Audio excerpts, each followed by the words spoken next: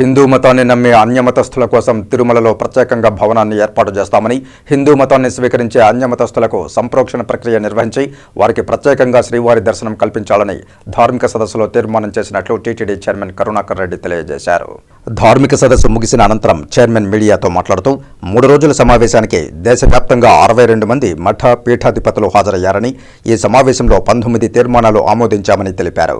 ధార్మిక ప్రచారాన్ని టీటీడీకే పరిమితం చేయకుండా దేశవ్యాప్తంగా ఉన్న హిందూ సంస్థల ద్వారా కూడా చేయాలని నిర్ణయించామన్నారు.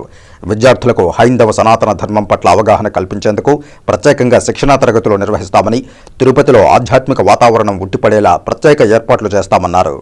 మతాంతీకరణ నివారించడానికి దళిత వాడల్లో టీటీడీ తరపున విస్తృతంగా ప్రచారం చేస్తామని, దేవాలయాల పరిరక్షణ నిర్మాణం కోసం శ్రీవాణి ట్రస్ట్ నిధులతో శిథిలమైన ఆలయాల పునర్నిర్మాణంతో పాటు నూతనంగా ఆలయాలు నిర్మించాలని నిర్ణయించామన్నారు.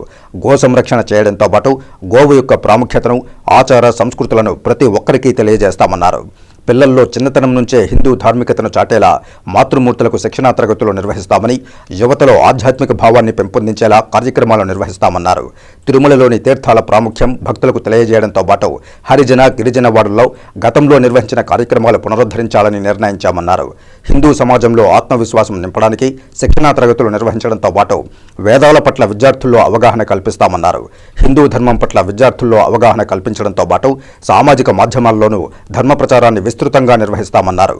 ఇకపై ప్రతి ఏటా ధార్మిక సదస్సును నిర్వహిస్తామని టీటీడీ చైర్మన్ కరుణాకర్ రెడ్డి తెలియజేశారు.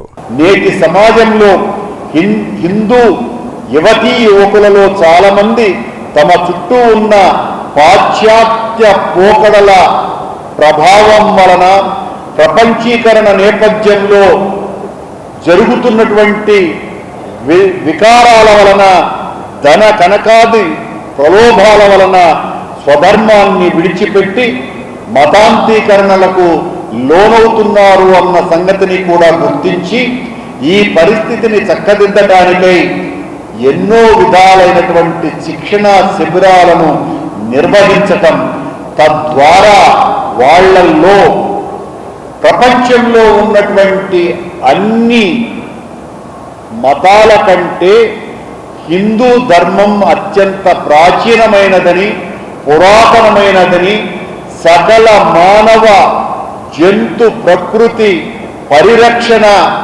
ధ్యేయంగానే మన ధర్మాలు వేదాలు ప్రబోధిస్తున్నాయని, అది తెలుసుకోవాల్సినటువంటి అగత్యాన్ని గుర్తించి దానికి ప్రత్యేక శిక్షణా శిబిరాలు బోధించవలసినటువంటి అవసరాన్ని ఈ సదస్సు తీర్మానించింది.